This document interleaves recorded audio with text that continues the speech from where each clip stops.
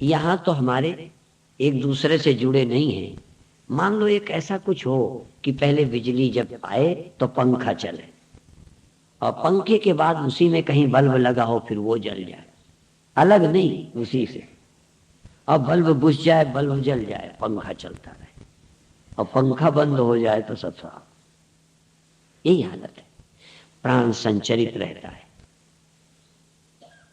वो मन से चलता है ना। इसलिए क्रम जरा समझें। हो सकता है तुम्हें लगता मन से चलता है, इसलिए प्राण तो तब भी चलता है जब मन नहीं। उसको कौन जब चलाता है? उसमें बिल्कुल तुम नहीं चलाता, तुम्हारा मन नहीं चलाता, इंद्रियां नहीं चलाती, ये सब सोई रहती है।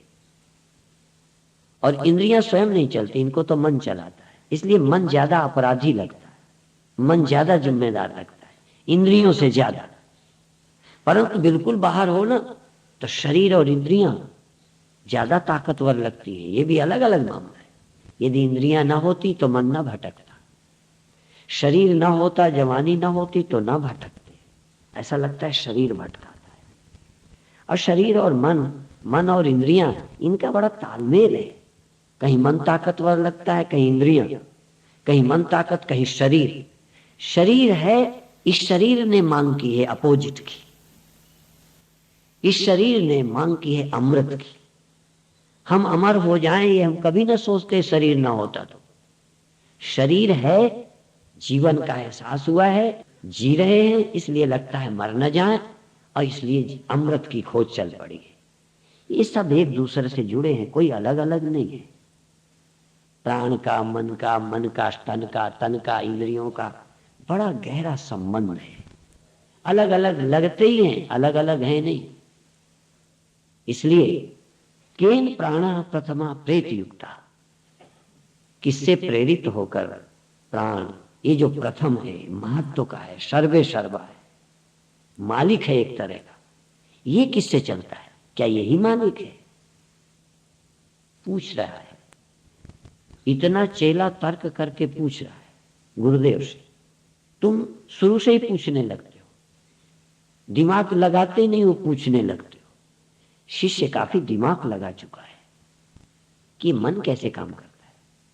और जब मन नहीं काम करता तो ये प्राण, प्रथम प्राण, सबसे पहले मन कहां था?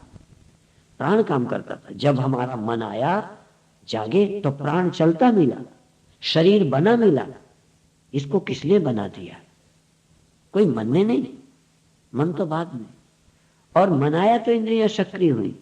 इंद्रियां क्या थी तो पता नहीं चलता। कौन प्रेरित करता है? केने सिताम वाच मीमाम वदन्ति, किसकी इच्छा से? केने सिताम, किसके चाहने से, किसकी योजना से, उसका क्या उद्देश्य था? ये जो वाणी बोलती है, वाच मीमाम वदन्ति। और ये नहीं, कई बार अंदर अंदर बोलते हैं और अंदर से बोलते हैं। चार चार वाणियां हैं, वैखरी, पश्यन्ति, मध्यमा, पश्यन्ति, परा। ये अंदर से, कहां से बोलने का, अंदर से कहां से शुरू होता है? जब जबान पे आवाज आती है, शुरुआत कहां से होती है? कौन बोलता है? किसके कारण बोला जाता है?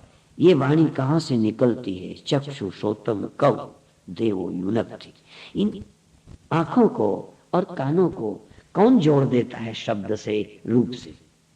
ये कान को शब्द से ये क्यों जुड़ जाते हैं? कान कहीं रूप से क्यों नहीं जुड़ा? आंख शब्द से क्यों नहीं जुड़ी? आंख रूप से ही क्यों जुड़ी? कान शब्द से ही क्यों जुड़ा? किसने ये योजना बना दी? इंजीनियर जब मकान बनाता है तो जब देहात के लोग अच्छे शहर का देखते हैं तो लगता है कैसे ये बनाया, कैसे सोचा होगा। ये कंप्यूटर, ये चीजें, इनको देखो, रेडियो, ये कैसे बनाया, कैसे लगाया, किसने लगाया? तो यहां तो आदमी ने लगाया, साफ बता सकते हो इसने। अब इतनी बातें पूछकर कौ देव युनक्ति, किस देव ने ये सब कर दिया है? किसकी योजना है? वो कहां रहता है? अब गुरुदेव शुरू करेंगे। इतनी बात तो चेले की है। और कई लोग कुछ भी नहीं आके पूछते हैं ब्रह्म क्या है। कुछ आपको वहां से शुरू किया जाए। शुरुआत तो तब हो जब तुम्हारा कुछ स्तर का पता हो। तुम पहले दिन केजी वाले हो, प्राइमरी वाले हो कि मिडिल वाले हो। शिष्य ने अपना स्तर, प्रश्न उठा है, समझ नहीं आता कि कैसे प्राण होने से ये मन कहां से आ जाता है, मन कहां चला जाता है, और ये प्राण देह को छोड़ देते हैं, ये दोबारा किसी शरीर में कैसे आ जाता है। ये सुनना देखना सब खो जाता है। आपका बना रहता है ना 24 घंटे, ये सुनना देखना सोचना मन सब गए, और सवेरे ऐसे आ गए जैसे कुछ हुआ ही नहीं। इतनी देर गायब, और ज्यों के त्यों। लोग कहते हैं यज्ञ में पशु बलि होती थी, गोमेध यज्ञ, अश्वमेध यज्ञ, कहते हैं उनको काट कर डाला जाता। लेकिन उन यज्ञों में यह भी वर्णन है कि यज्ञ के बाद जैसे आहुति डालते हुए घी बचाया जाता है, उसमें पानी में टपकाया जाता है, फिर उसको प्रसाद में लिया जाता है, ऐसे पशु की बलि यज्ञ में हुई। और बताते हैं ये यज्ञ उन्हीं को करना चाहिए जो ये कर सके, नहीं तो नहीं करना चाहिए। यज्ञ किया और पशु को बाद में ज्यों का त्यों निकल आया। जब निकल आया, काट काट के आहुति कर दी और निकला ज्यों के ना, जैसे जादूगर नोट को फाड़ के और कह दे तुम्हारी जेब में, तो निकल आया। घड़ी को तोड़ दे, कुचल दे, तुम्हारी घड़ी ले और तुम्हारे सामने यूं करके कुचल दे, तो धक धक तुम्हें होने लगा, और फिर ये दे दे। ये यज्ञ बहुत चमत्कार है। और जगह हो ना हो, यहां होता है रोज यज्ञ। ये पशुओं की इंद्रिया पशु है, पश्यति की पशु। ये गो इंद्रियां है, ये गोमेध, रोज आहुति दी जाती है। आंख नाक कान और मन, इन सब की आहुति, सुनना देखना समझना संकल्प, सब की आहुति हो गई, स्वाहा हो गए। परंतु योजना से अभी नहीं हुए, तुम्हारी समझ में नहीं हुए, चले गए। अश्वमेध, ये इंद्रियां अश्व है, इंद्रियाणि हयान्या, इंद्रियां घोड़े कहे गए। यदि अश्वमेध यज्ञ है, यदि घोड़ों का यज्ञ में बलिदान और फिर निकालना लिखा है, तो वेद ने ही इंद्रियों को घोड़ा भी कहा है, इंद्रियों को गो कहा है। इसलिए रोज इनकी आहुति होती है और निकल आती है। परंतु ये अभी तुम यज्ञ नहीं कर रहे, इस यज्ञ का तुम्हें पता नहीं, उसकी योजना से हो रहा है, तुम तो यज्ञ समझते भी नहीं। तो अब क्या करना है? ध्यान में इस प्रभु को सुनकर देखना है कि किसकी योजना से सब होता है। यज्ञ ब्रह्मार्पणम, ब्रह्म हविर, ब्रह्माग्नौ, ब्रह्मणाहुतम, ब्रह्मैव तेन गंतव्यम, ब्रह्म कर्म समाधि। ये सब की आहुति हो जाएगी, फिर निकलेंगे। पर सबसे सुंदर यज्ञ है जब ध्यान में प्राण की गति भी अवरुद्ध हो जाए, जब ध्यान में मन भी अमन हो जाए, इंद्रियां भी जहां इंद्रियां न रहे, जहां हमने कहा था पिता अपिता, माता अमाता, इंद्रियां अइंद्रियां, मन अमन, बुद्धि अबुद्धि हो जाती है, सब खो जाते हैं। फिर भी जो देव ब्रह्म, वो अग्नि स्वरूप चैतन्य, जहां ये सब समा जाते हैं और फिर व्यवहार के लिए निकलते हैं। एक वो घोड़ा जो पहले से था, एक आग में डाल के फिर निकाल लिया गया, फर्क है। अभी ये हमारे वही घोड़े हैं पैदा हुए वाले। अब कभी ध्यान में इन घोड़ों की आहुति कर दो, इस मन की आहुति कर दो, इस गाय की बलि कर दो, मन बचे ही नहीं, जैसे हत्या ही कर दी, जैसे इनको मार ही डाला, ये तो कसाई है, इनको खत्म कर दो और फिर ध्यान के बाद निकालो। ये अब वो घोड़ा नहीं है, बदल गया। ये अब यज्ञ से पैदा हुआ, पहले प्रकृति से पैदा हुई थी ये इंद्रियां, अब ये यज्ञ से पैदा हुई। ध्यान और ज्ञान के बाद फिर जब ये इंद्रियां आती हैं तो पहले जैसी मनमानी, पहले जैसी उद्दंडता, पहले जैसे घोड़े नहीं रह जाएंगे। ये तो यज्ञ में आहुति होने के बाद यज्ञ का प्रसाद है। इसलिए ध्यान में ज्ञान में उपनिषद जहां एक तरफ सुनना है, तहां रोज ध्यान का प्रयोग करना है। ये संयोग बहुत अच्छा है कि हम रोज उपनिषद सुनेंगे और उसका प्रयोग करेंगे, और करके हाँ जो पढ़ा उसको जी के दिखा देंगे। लोग प्रैक्टिकल, हमारे भारतीय शास्त्र आज केवल थ्योरी, एक तरह से फिलॉसफी, एक तरह से दिमागी कसरत, ये सब है। प्रैक्टिकल नहीं। लोग उड़ जाते थे, प्रैक्टिकल है। लोग सोना बनाते थे, लोग ये कर देते थे, लोग यूं करते थे, सब वो ब्रह्म ही ब्रह्म है, प्रैक्टिकल कुछ नहीं। इसलिए ये प्रयोग और सुनना दोनों शास्त्र। तो गुरुदेव बोले, जब उनका वो कौन है प्रश्न पूछता है, वो कौन है जिसने प्राण, जिसने पदार्थ, जिसने मन, जिसने इंद्रियां और इंद्रियों से दिखने वाला ये सब, ये किसने खड़ा, वो कहां रहता है, वो कौन है? ये प्रश्न, इतना प्रश्न जितना हम बोल रहे हैं इतना तो चेला बोला। अब गुरु का कर, अब गुरु के पास क्या है? तो गुरु जी बोले, सोतस्य श्रोत्रम। बोले दे और क्या बोले?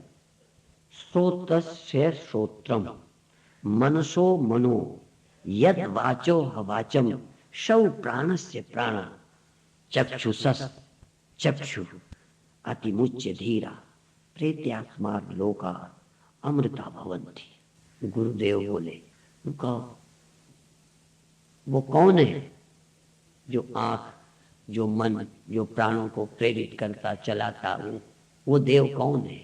वो कहाँ रहता है?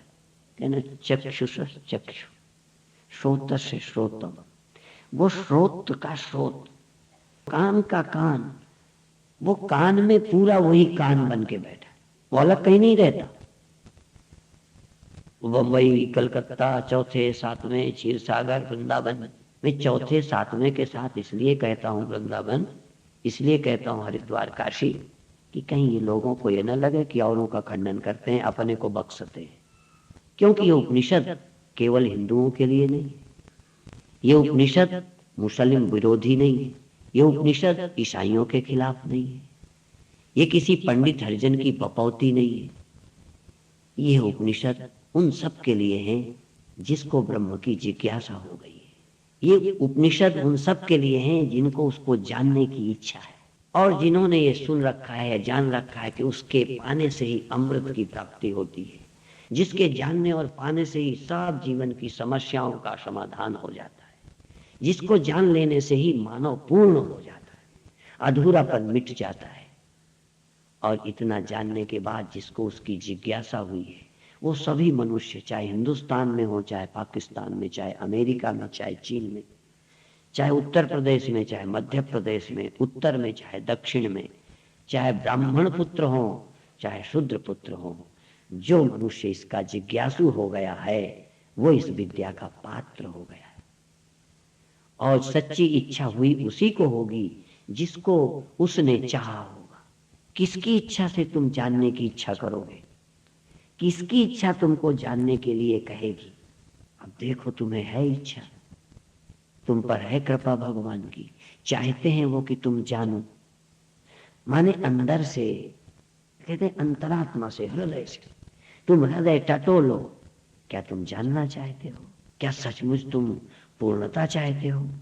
हाँ, चाहते तो नहीं होते, पूर्णता तो लगे कहने, पर ये पूर्णता परमात्मा से होगी, रुपए से नहीं। ये पूर्णता परमात्मा से होगी, संसार के भोगों से नहीं।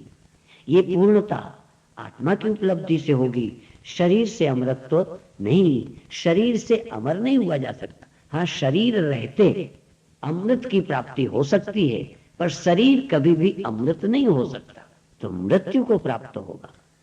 और तुम चाहो तो मृत्यु को प्राप्त होने वाले देह से अमृत को प्राप्त हो जाओ। तो जिसको अमृत पाने के लिए देह मिला है वो अमृत को खोजेगा। तो गुरुदेव बोले, वो श्रोत से श्रोतम, वो श्रोत का श्रोत, कान का कान है। जैसे कोई मिट्टी को कहे वो घड़े में घड़ा है, वो घड़े की घड़ा है, बर्तन की बर्तन वही है। रसो हम अप्सु कौनते, भगवान ने कहा, मैं जल में रस हूं, मैं सूर्य में तेज हूं, चंद्रमा में प्रकाश मैं हूं, नक्षत्राणाम हम शशि, ऐसे गिना रहे। और जल में रस मैं हूं, पृथ्वी में गंध मैं हूं। इनमें जो है ना हैपना, इनमें जो इनका हैपना है, इनका हैपना उसका हैपना है। कैसे समझोगे? ऐसे पेचीदा बोले, न नाम, न राम कहा, न कृष्ण कहा, ना भी इसमें कोई नाम ही नहीं लिया उत्तर में, बल्कि मंगलाचरण में तो था ब्रह्म, लेकिन यहां कुछ भी नहीं। इनके तो नाम ले लिए, श्रोत का नाम, मन का नाम, वाणी का नाम, प्राण का नाम, चक्षु का नाम, इनका नाम लिया, उसका कोई नाम नहीं।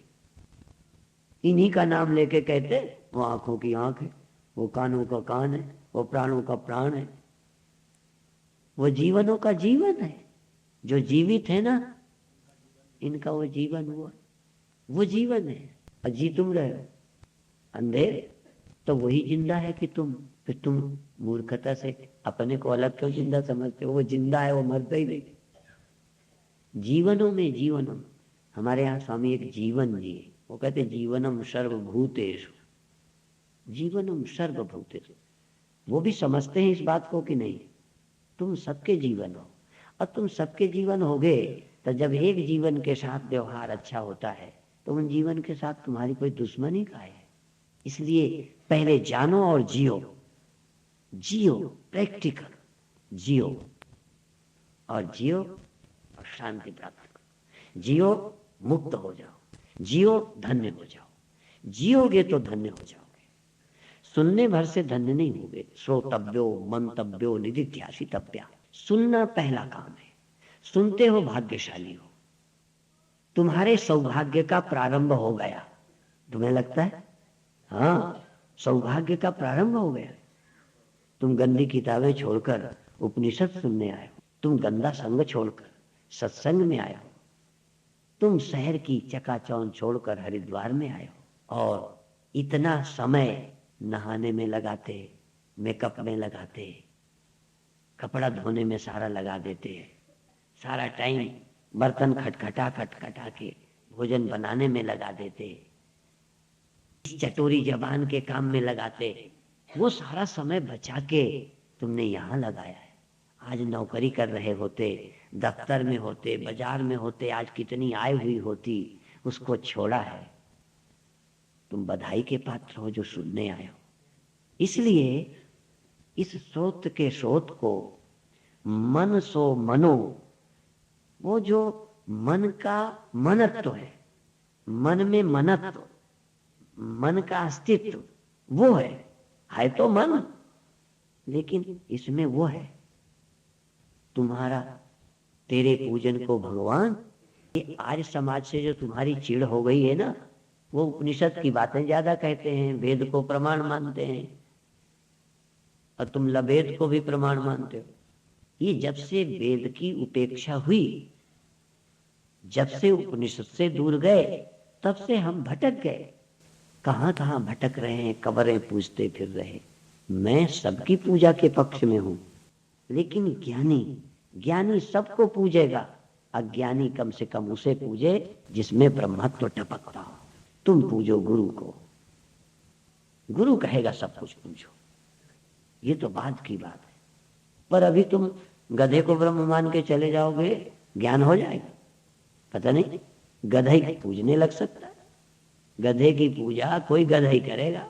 हाँ, गधे की पूजा उस दिन तुम करोगे जिस दिन तुम ब्रह्म वेत्ता होगे, क्योंकि वो तो तुम्हारा ही रूप है, तुम ही हो। लेकिन ये तो ज्ञानी की आंख की बात है। तुम ज्ञानी हो क्या? इसलिए अभी गुरु जो कहे वो पहले करो, शुरू करो। आप अपने मन से सब करते हो, मनमुख नहीं, गुरुमुख।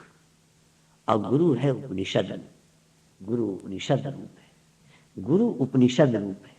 गुरु उपनिषद हो गया है।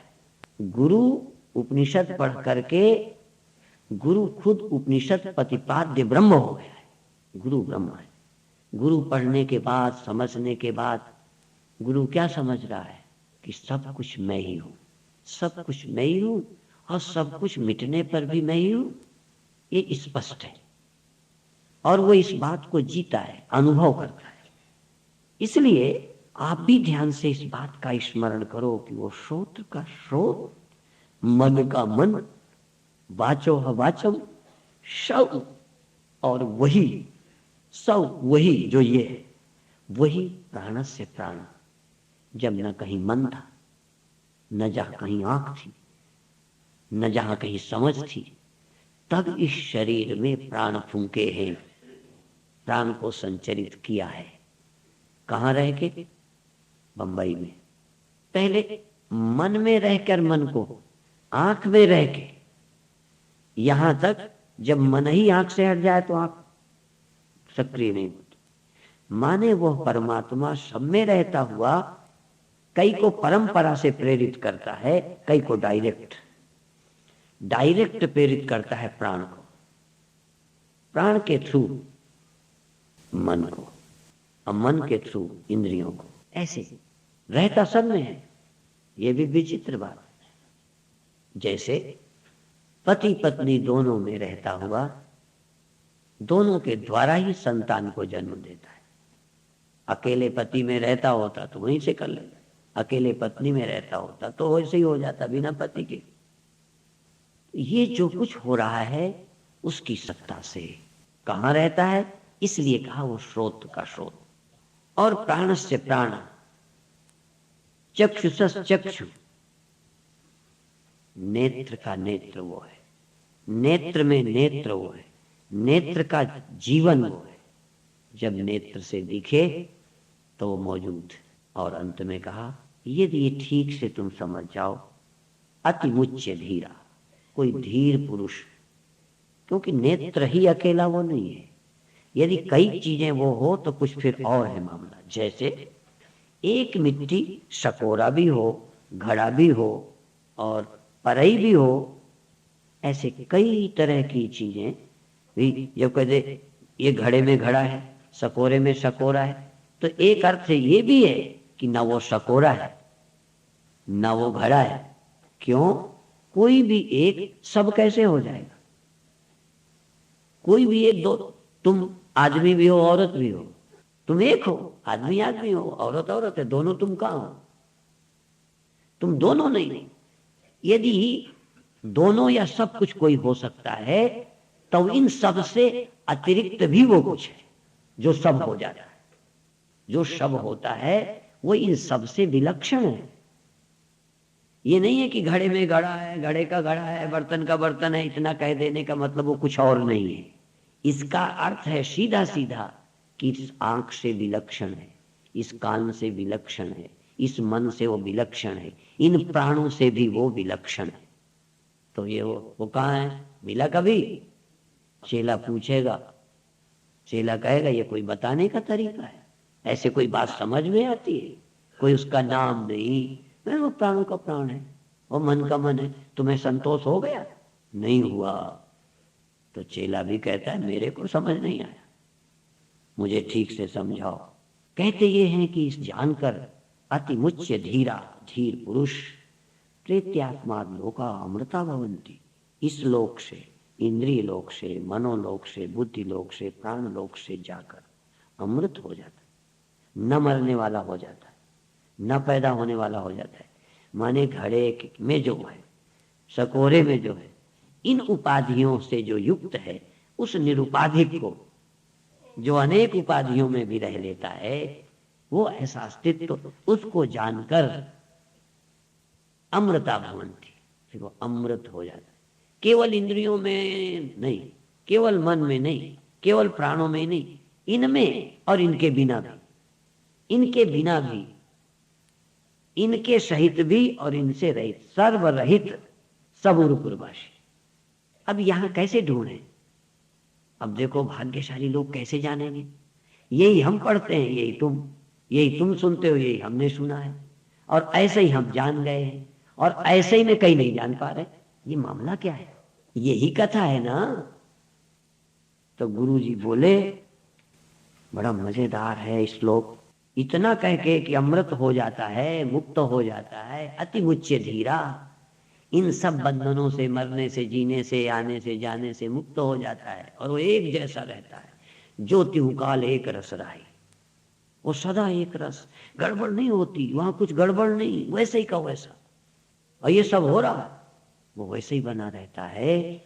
उसको जानकर मृत्यु से पार हो जाता है, बंधन से मुक्त हो जाता है, इस लोक से जाकर अमर हो जाता है। इस लोक की बनावट हो इंद्रिय लोक। अब अभी देखो, इंद्रिय लोक से चले जाओ मनोलोक में, मनोलोक में जाओ, इंद्रिय लोक छोड़ दो, और मनोलोक को छोड़ो बुद्धि लोक में जाओ, केवल विचार में चले जाओ, मन छोड़ो, इधर को छोड़ो, वहां होगे कि नहीं? क्या बिना इंद्रियों के होगे नहीं? हाँ, क्या ये मन के संकल्प इच्छा छोड़ दो तो होगे नहीं? और थोड़ा और बुद्धि जरा रहने दो, नहीं नींद में जाओगे, होगे तो वहां पर पता न रहेगा। इसलिए जरा इन सबको छोड़ो और फिर देखो हो कि नहीं, कुछ बचा कि नहीं, कुछ बचता है कि नहीं। न नाम उसका मैं हो तो कोई बचता होगा कि नहीं? तो उसको खोजो जो बचता है, इनके बिना है, इनके पहले है, इनके बाद है, इनके अभाव में है। यदि ये तुम खोज लो तो अमृत हो जाओगे, आत्मा हो जाओगे, ब्रह्म हो जाओगे। आंख रहने दो और फिर देखो आंख और तुम दो हो कि नहीं। आंख में तुम आंख हो और आंख ना हो तो बिना आंख के। माने मिट्टी शकोरे में शकोरा है और शकोरा ना हो तो मिट्टी हो गई तो पूरी वही है, और वो ना हो तो है। ये क्या मान, यदि हो गई होती तो वो ना रहा, वो ना रहे। जब शकोरे में शकोरा है तो शकोरा मरा तो वो भी मरा। कहते नहीं, यही तो फर्क है, शकोरे में शकोरा है और वो मरा तो मरा नहीं। इंद्रियों में इंद्रियां है पर वो इंद्रियों के बिना भी है, वो कानों में कान है पर बिना कान का भी है।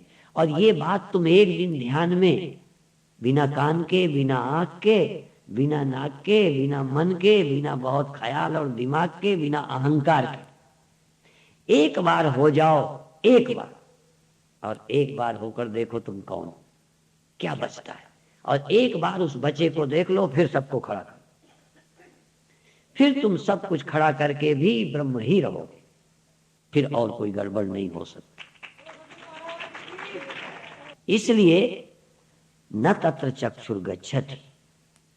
जब चेले ने पूछा कि भाई तुम तो आंख की आंख, मन का मन, ये तो मैंने क्लियर किया ना उदाहरण से, हाँ कह दिया, लगे इससे बात बनी नहीं, गुरु का काम पूरा नहीं हुआ। मैं जानना चाहता हूं, आप बातें कर दी, वो मन का मन है तो मन न रहा, वो भी न रहा। जब मन का मन, कह रहे हाँ वो मन का भी मन है, वो मन ही भर थोड़ा है। मन का मन भी है, आंखों की आंख भी है, कानों में कान भी है, कानों का कान भी है, उससे ये सत्ता पाते हैं, जीवन पाते हैं, काम करते हैं, पर वो इनके बिना भी है। ये बात साथ में जोड़ो, ये ना हो तो है, और यदि इनके बिना भी है और तुम ये कहो है, और बचा हुआ उसे पा जाओ, जैसे मिट्टी को पा जाते हो वहां तो पा जाते हो, यहां यदि इनके बिना तुम उस अस्तित्व को पा जाओ तो तुम अमृत हो गए, तुम मुक्त हो गए, तुम ब्रह्म हो गए। यह है तरीका। वहां कुछ देखने को मिला नहीं, बल्कि दिखाई देने वाला और देखना दोनों छोड़ा। दिखाई पड़ने वाले को आंख दोनों छोड़ी, सुनाई पड़ने को और कान दोनों छोड़े, और मालूम पड़ना जगत और मन दोनों छोड़ दिए, और जानना और बुद्धि सब छोड़ दी, फिर भी बच गए। यदा पंचावतिष्ठन्ते ज्ञानानि मनुषः बुद्धि न विचेष्टते तामाहु परमां गतिम। और ये सब होते रहे, इनके होने से कोई खतरा नहीं।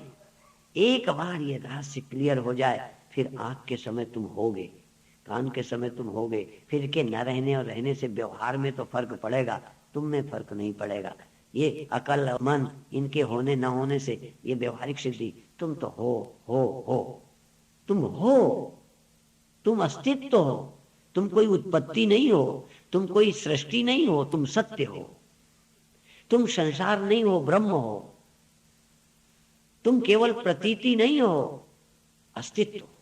ये उपनिषद कहता है वहां चक्षु तो जाते नहीं, वो तो चक्षुओं में रहता है, पे चक्षु वहां नहीं। मिट्टी तो सकोरे में रहती है, पर मिट्टी में सकोरा नहीं रहता। और नहीं तो हम सकोरे में से मिट्टी, फिर पूछेंगे यहाँ कहाँ है सकोरा? मिट्टी में सकोरा रहता है, मिट्टी में घड़ा रहता है। तो तुम वहां रहते हो जहां मन नहीं रहता, तुम वहां भी रहते हो जहां इंद्रियां नहीं रहती, तुम वहां भी रहते हो जहां बुद्धि नहीं रहती, तुम वहां भी रहते हो जहां अहंकार नहीं रहता। फिर भी तुम रहते हो।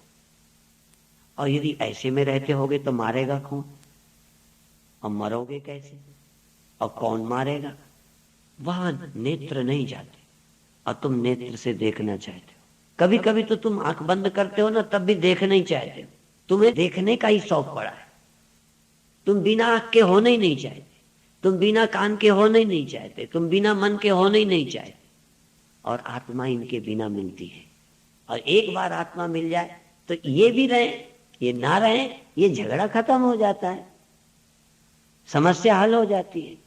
इसलिए वहां आंख नहीं जाती, जाएगी ही नहीं, खत्म तो हो जाएगी, जाएगी नहीं। जैसे शकोरा जहां मिट्टी होती है, जहां प्योर सिर्फ मिट्टी होती है, वहां शकोरा नहीं होता, वहां बर्तन नहीं होता। जहां केवल पानी, वहां ओले में पानी होता है, पर एक ऐसा है जहां पानी होता है, ओला नहीं होता। फर्क समझ लें। वो संसार में भी होता है, परंतु जहां संसार नहीं होता, जब संसार नहीं होता, वो तब भी होता है। यदि ये सच्चाई तुम स्पष्ट कर लो तो हो गया आत्मज्ञान, हो गया ब्रह्म ज्ञान। और इसको ध्यान से भी अपरोक्ष कर लो कि क्या क्या जाता है। जाने दो जो जाता है, मिटने दो जो मिटता है, जो बचता है बचाओ मत, बल्कि मार के देखो कि बचेगा कि नहीं। अमर की परीक्षा लेनी हो तो मार के देखो, नहीं समझे? बचा के न देखो, बचा के देखना है मरने वालों को। अमर को क्या बचाना, हम तो मार के देखेंगे कि अमर है कि नहीं, चुनौती दे के देखेंगे क्या क्या मर गया, क्या क्या। नेत्र रोज, कान रोज, इंद्रियां रोज, मन रोज, बुद्धि रोज जाते हैं। और जो कहो नींद, नींद भी रोज जाती। कौन नहीं जाता? और वो कहाँ रहता है? ऊपर। केवल उपनिषद कहता है कि वो तुम में है, और कभी कभी तो कहता है वो तू ही है।